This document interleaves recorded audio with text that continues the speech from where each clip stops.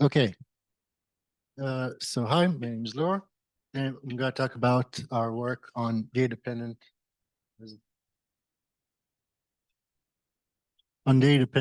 and oracle bounds on forgetting in continual learning.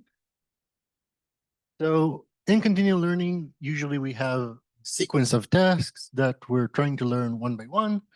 And usually to make things interesting, we have some kind of limited memory. Otherwise, we can just kind of memorize everything. So it's not as interesting. So we either have limited memory, limited compute, we have some kind of constraint. And usually these constraints and changes in the environment mean what we have some trade-off between learning plasticity, basically how well we can adapt to new data and new tasks, versus memory stability. How well can we even remember what we did before? So our work is going to talk about forgetting, which is more memory stability. So there are some existing results on forgetting and memory stability. A lot of them focus on training forgetting, so the forgetting on the training data, which is not as useful, but also some useful. And they focus on specific problems, usually linear regression or neural tangent kernels, which is, if you're not familiar, maybe talk about the thing in the process session. Most importantly, they assume some kind of algorithm, almost exclusively stochastic gradient descent. So if you want to use some kind of variant, or you want extra regularization or anything, or even like experience replay, then these results are not applicable. And what they did find is that the things that are relevant are things like task order, model capacity, so how many parameters we have, the similarity between tasks, and how difficult each task is. So unsurprisingly, some of the results from Linatal show that if you have more parameters, then in general, it's easier to avoid forgetting. A work by Evronatal showed that if tasks are more similar, then we can avoid forgetting. If tasks are very dissimilar from one another and we have enough parameters, then we can also avoid forgetting. And if they're somewhat correlated, then things start being difficult. So our main tool in order to have more general purpose bounds would be something called pack-base or pack-base bounds. And this is a pretty strong tool if you want to get general upper bounds. And what's nice about them is that they also give you a practical algorithm. So you can actually optimize over your upper bound.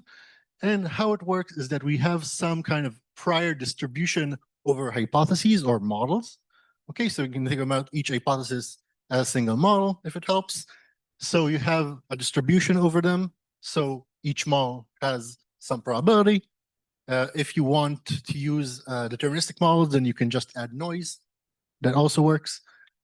So you have some kind of prior distribution over your hypotheses. This is some kind of inductive bias, maybe. And you have your data from the distribution that you obviously don't know.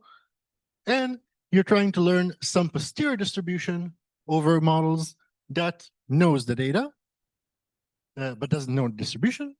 And it tries to give you an upper bound on the generalization loss or the expected loss on this unknown distribution.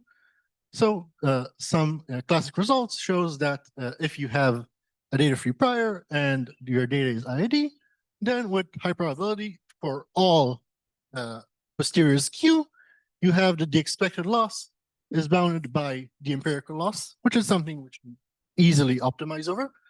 The complexity, basically how different is our model from the prior, and some terms that depend on the confidence intervals and the amount of samples that we have.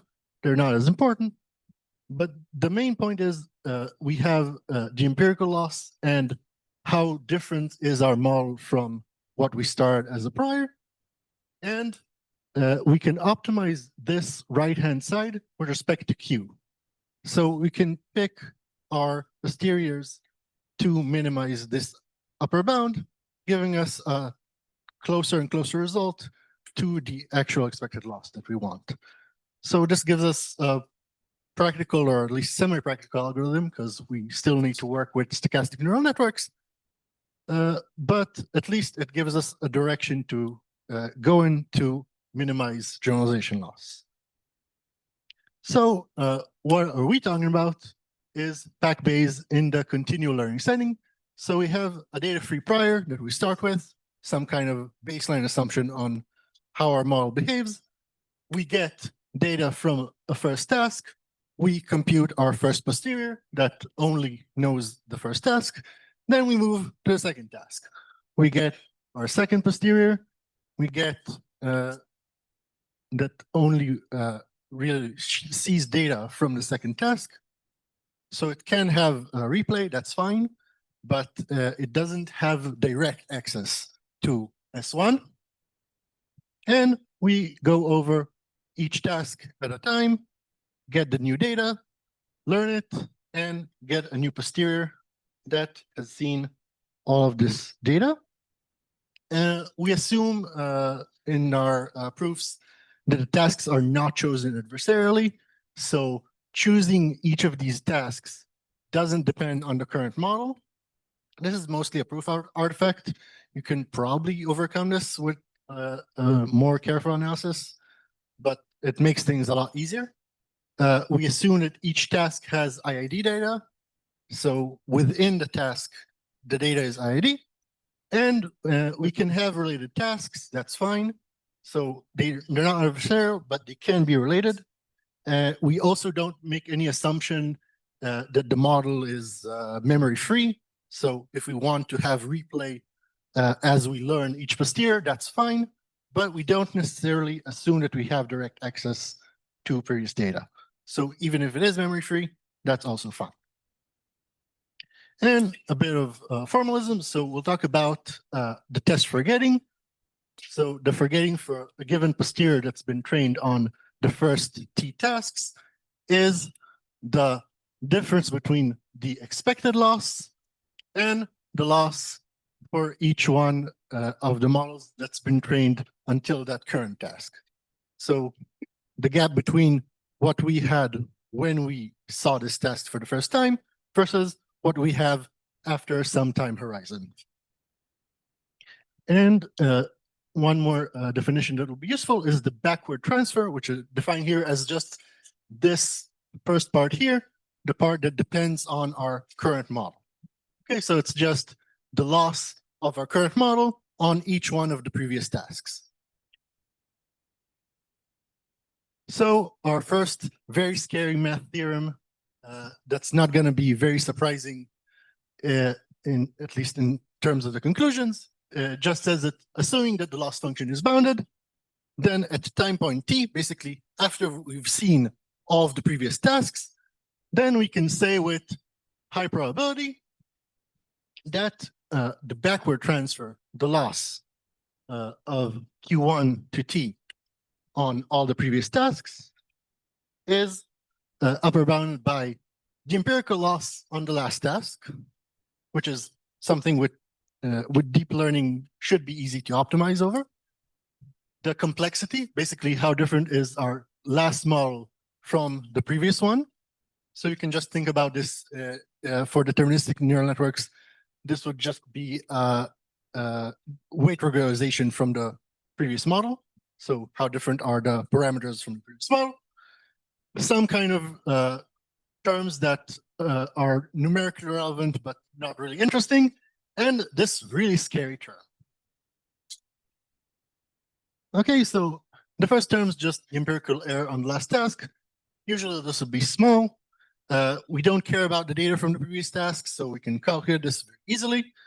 The second term, the complexity, just compares the current model and the last model. Again, something that's very easy to do. We don't need to keep all the previous models to calculate the forgetting. Again, that's pretty nice. Unsurprisingly, our previous model is not good on the current task, so there's some kind of trade-off between these two terms. Again, probably not surprising. And importantly, if you want to optimize our bound with respect to the current posterior, then these are the only two terms that matter. So in terms of algorithm, if you want to try and lower forgetting, then it's enough, according to this bound, to just minimize the error while staying as loyal as possible to the previous posterior. Asterisk, how good this bound will be depends on this final scary term, the domain disagreement. So this bound will lower our forgetting, but it's not necessarily the best bound. That depends on how good our previous model was on the previous tasks. So our last term, the scary term, the domain disagreement, basically tries to measure the task similarity with respect to the previous model.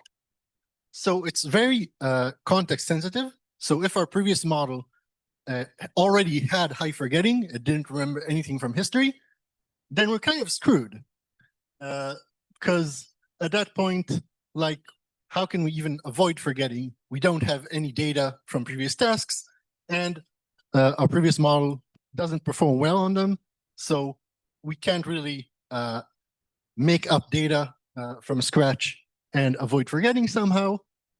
This is not magic. This is just engineering.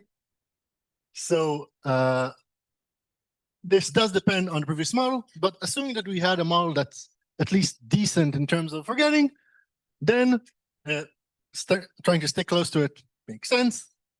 And our domain disagreement term basically tries to tell us how much this model is actually useful.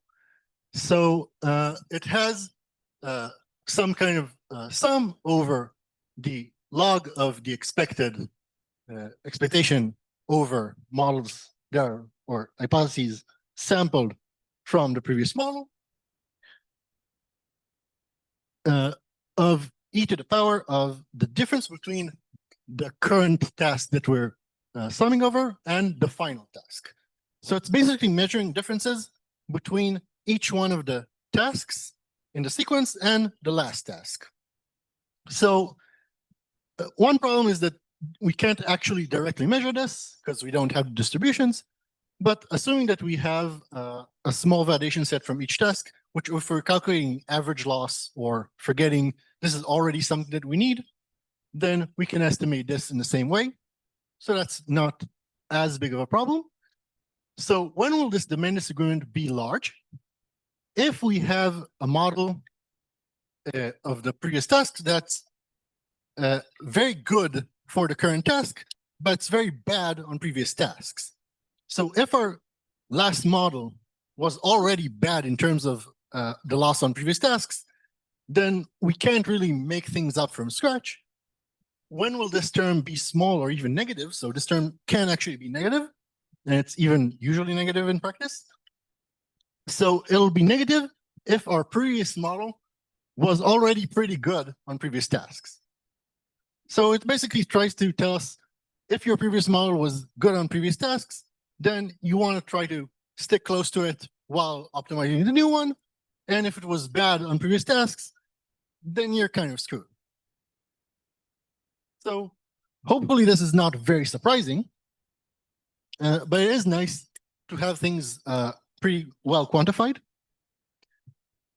Is this bound even useful in practice? So we had some synthetic and some simple vision experiments. So our synthetic data sets try to see how important task order is. So we had a task where we had a linear separator that shifts by 1 degree each task. So here we have a gradual shift of a linear separator by 1 degree each task. Here we have one linear separator for 50 tasks, and then we shift 100 degrees, and then we stick by the second one until the end. So one is a very gradual shift, one is a very sudden spiking shift. And we see that once we have this very sudden shift in distributions, we have suddenly forgetting. So if we have all the tasks with a very gradual change in forgetting, in angle, then things are fine. We can basically understand, okay, this is the change at each time point. And if we have a sudden change, then we can completely overcome it. And we see in the pluses the bound compared to the actual forgetting. So the bounds here are pretty good. This is not surprising. This is a synthetic experiment. But also for vision data sets, we have pretty reasonable bounds. So they're not completely tight, but they're at least useful. So they're pretty close to the actual forgetting.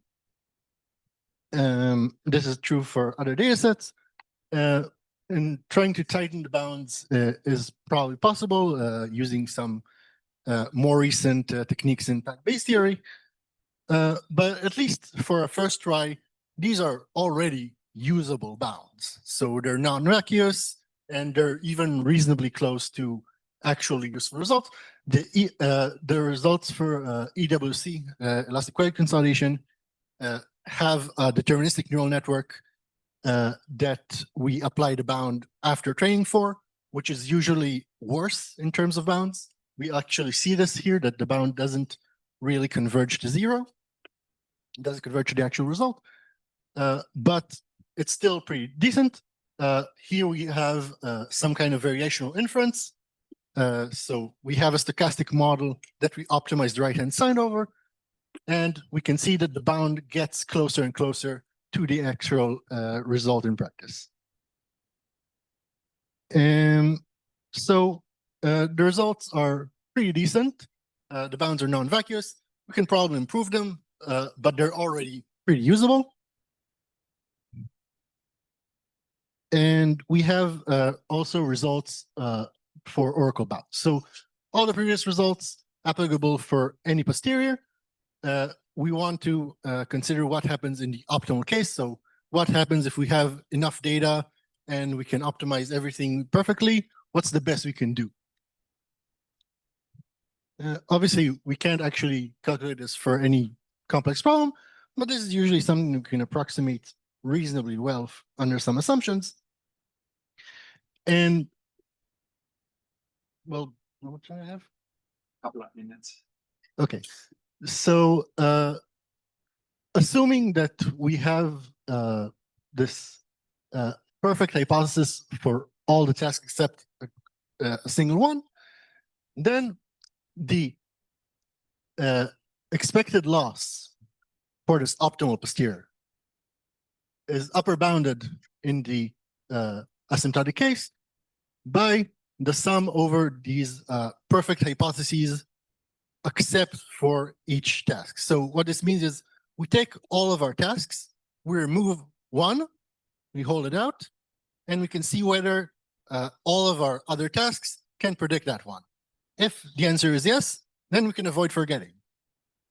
Again, is this surprising? Probably not as much, but this does give us some kind of useful information in that if we have enough tasks in sample, then we can avoid forgetting if our tasks are related in the sense that we can predict one from the others.